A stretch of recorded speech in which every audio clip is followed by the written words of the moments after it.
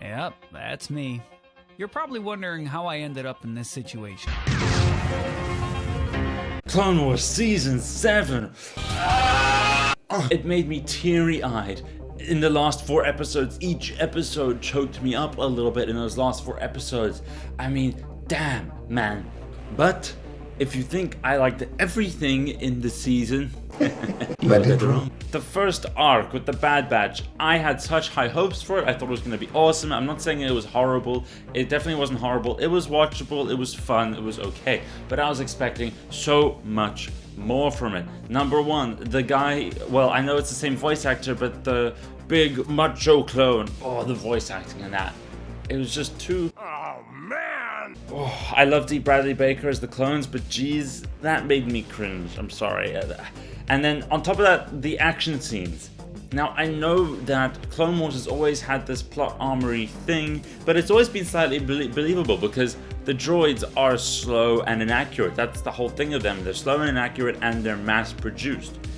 Problem is, against the Bad Batch, for some reason, the droids are like 5 times more stupid than before.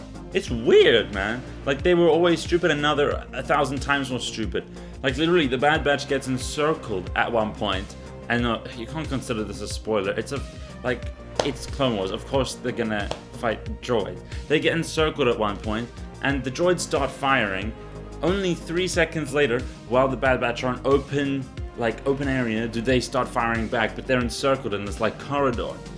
And they're not getting hit. It's like, what? Huh? And then, okay, I'm not gonna talk about the Bad Batch too much, but what I will say is the last episode of the Bad Batch I really loved. I really did like it. Okay, I must say, and it's not that the Bad Batch episodes were horrible, like I said, they had their amazing moments, especially with Anakin. I mean, Anakin in this whole season was basically like, bad boy. That whole thing, that was basically Anakin this whole season, and it made a lot of sense. And then, okay, the second arc, all I have to say about the second arc with Ahsoka, like, the only good thing about it is Ahsoka. Like, literally. The 2 sisters, they can... It was originally meant to be one guy, and then they split it into 2 sisters, and it just reeks of, we wrote this in a month. And now obviously it probably wasn't a month, but it just reeks of, we found these voice actors at the last minute, and we rewrote dialogue super last minute. It's just, it's possible. If you're binging this season, I would say skip it. You don't have to skip it. I watched it because I was watching every episode, but I would say skip that arc specifically with the sisters. I don't even remember what they were called. Mortez or something? I'm not even sure. See? Nothing to worry about. But now we get on to the good stuff. The Siege of Mandalore, man. It was so amazing. You got Ahsoka, you got Maul, you got Captain Rex, and just the way it overlaps with Revenge of the Sith is... What? It's so crazy. I mean, it's just peak Star Wars. It's what it's supposed to be. You get the perfect action scenes, you get the perfect emotional resonance, you get the perfect character development. I mean, seriously, you watch Clone Wars Season 7 and you see that this is where the sequel trilogy, and Rebels less so, because Rebels was better than the sequel trilogy, this is where you see where the sequel trilogy failed so hard. No character development. But then you watch this arc of Clone Wars Season 7, done by George Lucas and Dave Filoni, and the character development from, if you go to Season 1 of Clone Wars and you come now to Season 7, Ahsoka's a completely different person. I mean, it's just so amazing. It just makes you think about Rey. And how Rey has no character development. You can make some strawman arguments for character development that she has, but there's really not much there, honestly. But Ahsoka, she has amazing character development, and don't tell me it's because it's a TV show. No. That's not the reason, okay? You can look at Anakin, see his character development over the movies, okay? You can look at Obi-Wan, see his character development over the movies. It's got nothing to do with TV show to movies, okay? So Ahsoka's character development is so well done, and then you look at Rey, and you're just like, why are you the way that you are? The animation quality in this whole season has been amazing, but the animation quality in the last 4 episodes was like movie production level. And just the way that they close this up for Ahsoka is... there was no better way to do it. Except for one thing. And no, this is not a spoiler, so don't worry. But Commander Cody.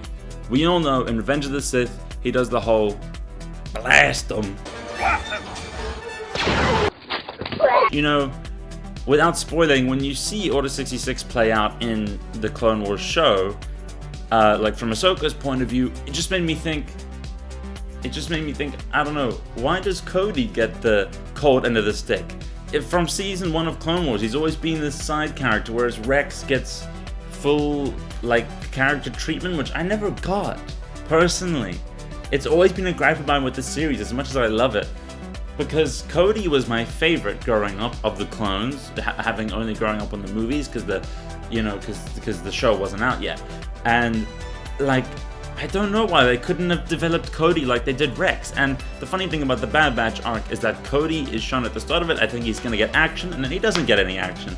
And I just don't get why he couldn't have had the same treatment as Rex and other clones. You know, why couldn't he have been made a cool big character? Why is he left to be a side character? I don't understand why they do that to him, and it annoys me. I won't lie, like, I love Rex, don't get me wrong.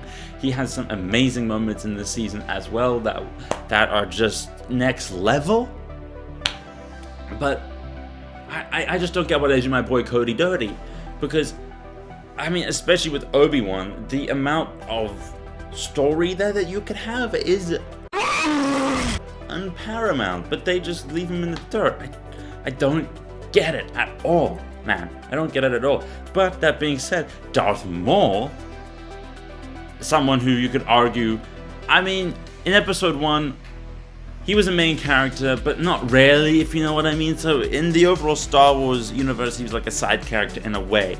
But in Clone Wars, they bring him up in such a way that he's so epic.